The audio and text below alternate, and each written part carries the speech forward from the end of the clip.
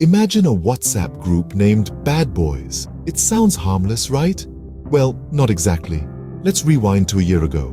Picture this: a ninth grade classroom buzzing with chatter, textbooks, and the occasional paper airplane. Among the crowd is my friend Kavya, your typical class joker, always up for a prank.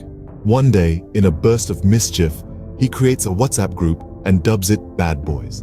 Now, Kavya and we were thick as thieves.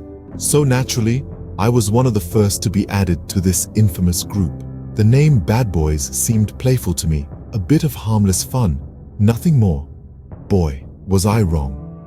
One day, in what I thought was in keeping with the spirit of the group, I sent out a message. Not just any message, mind you, but one laced with a cuss word. It was like tossing a grenade into a calm pond. The ripples were immediate and far-reaching. You see, I had taken the name Bad Boys quite literally. In hindsight, I had severely miscalculated the gravity of my act. I had assumed the group was a safe space for us to be, well, bad boys. But as they say, when you assume, you make an ass out of you and me. And just when I thought my message would dissolve into the sea of group banter, the unexpected happened. Kavya's mother, who was also on the group, saw my message. Yes, you heard that right. Kavya's mother, the same woman who baked the best chocolate chip cookies and had a smile that could light up a room. The moment I found out, my heart sank to my shoes. I was mortified, to say the least. I hastily blocked her number on every family phone I could lay my hands on, hoping against hope that the damage could somehow be undone. But then, out of the blue, Kavya's mother saw the message. Now, what does one do when they're caught in a situation like this? You might think that the best course of action would be to confront it head-on, right? Well, I wish I could tell you that's what I did. But instead, I chose the path of avoidance. With a sense of dread hanging over me, I decided to block Kavya's mother on all the phones in our house. A little extreme, you might say, but in that moment, it felt like the only option. The thought of having to face that awkward conversation was too much for me to bear. I was just a ninth grader after all. As the evening wore on, the tension continued to build. Every time the phone rang, my heart would skip a beat, half expecting it to be Kavya's mother on the other end. I was walking on eggshells, constantly looking over my shoulder, waiting for the other shoe to drop. And then came the big decision, to go to school the next day or not. Now, you might be thinking, surely you'd want to face the music. But nope, not me. I decided to take a leave from school, hoping that a day's absence would somehow make the whole incident blow over. After all, out of sight, out of mind, right? But as the day of my self-imposed exile wore on, the reality of my situation began to sink in. I was in a bind. I had put myself in a precarious position, and there was no easy way out. The anxiety was real, and it was suffocating. Every passing minute felt like an hour, and every hour felt like an eternity. As the night fell, I tossed and turned in my bed, unable to sleep. The thoughts of the impending doom were too overwhelming. The fear of what was to come was paralyzing. But the next day, the situation was far from over, and little did I know, the real challenge was just about to begin. Walking into school after a scandal is like walking into a lion's den. As soon as I stepped inside the school gates, I could feel the whispers washing over me like a tidal wave. The name Bad Boys was being thrown around, and each time it echoed in my ears, I could feel my heart skip a beat. My friends were shouting it out, their voices laced with a mix of mischief and amusement. It was like I was the star of a show I never signed up for. The anxiety was building up, knotting my stomach into a tight ball. I was the talk of the school, and for all the wrong reasons. I spotted Kavya amidst the chaos. His face was a mask of concern. We locked eyes, and I knew then that the worst was yet to come. He pulled me aside, and with a heavy sigh, he dropped the bomb. His mother had called the teacher. My heart sank like a stone thrown into a deep pond.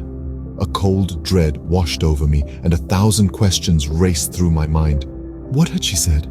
How much trouble was I in? The rest of the day was a blur of anxiety and fear. Each passing hour was a ticking time bomb, waiting to explode.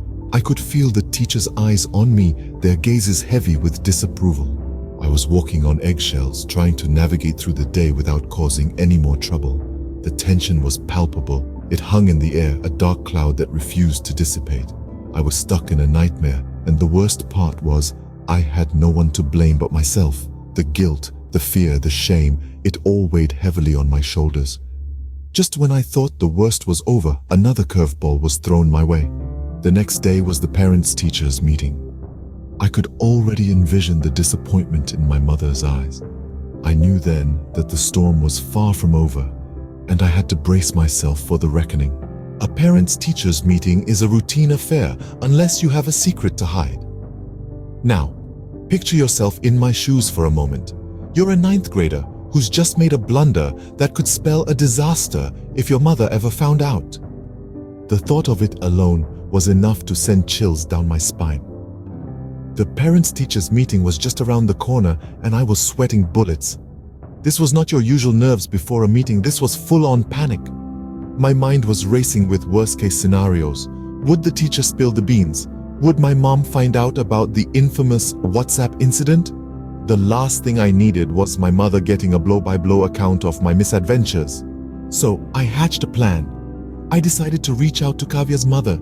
I was nervous, but I knew that I had to step up. So I sent her a message apologizing for my behavior. I poured my heart out in that message, expressing regret for my actions, promising it was a one-time thing and assuring her that I had learned my lesson. Once I had done that, I took a screenshot of my heartfelt apology and forwarded it to my teacher. In the message, I pleaded with her, asking her to keep the incident under wraps during the parents-teachers meeting. I tried to sound as sincere as possible, hoping that she would understand and agree to my request. Each passing day was a test of my patience. I was on tenterhooks, waiting for the day of the meeting to arrive. And then it was finally here. The day of the parents-teachers meeting, I sat there, silent as a mouse, as my mother and teacher discussed my academic performance. My heart pounded in my chest every time the conversation veered towards my behavior. But to my utter relief, the teacher didn't say a word about the incident. And guess what? My mother never found out. So, what can we take away from this roller coaster of a story? As we've seen, our protagonist found himself in the midst of a social media storm, all thanks to a WhatsApp group named Bad Boys, created by his friend Kavya. He took the name literally and sent a message that he thought was fitting for the group. However, the consequences were swift and severe when Kavya's mother saw the message. The following days were filled with anxiety, fear, and embarrassment as he navigated the fallout at school and the impending doom of a parents-teachers meeting. This story serves as a stark reminder of the importance of understanding the purpose of social groups before participating in them. Just because a group has a certain name doesn't mean that everything goes. It's vital to respect the boundaries and norms of the group and remember that our digital actions can have real-life consequences. Moreover, it underscores the fact that our online actions can have far-reaching impacts. What we say or do on social media platforms isn't confined to those platforms. It can affect our relationships, our reputation, and even our academic or professional life. It's a reminder that we should think twice before hitting send and that we should strive to communicate in a way that is respectful and considerate of others. But perhaps the most significant lesson to be gleaned from this tale is the value of owning up to our mistakes. Our protagonist didn't try to deny or deflect. He faced the situation head-on, apologized to Kavya's mother, and even took steps to ensure that the incident wouldn't be brought up at the parents-teachers meeting. It was a courageous and mature response, one that turned a potentially disastrous situation into a learning experience. Remember, everyone makes mistakes, but it's how we handle them that truly defines us.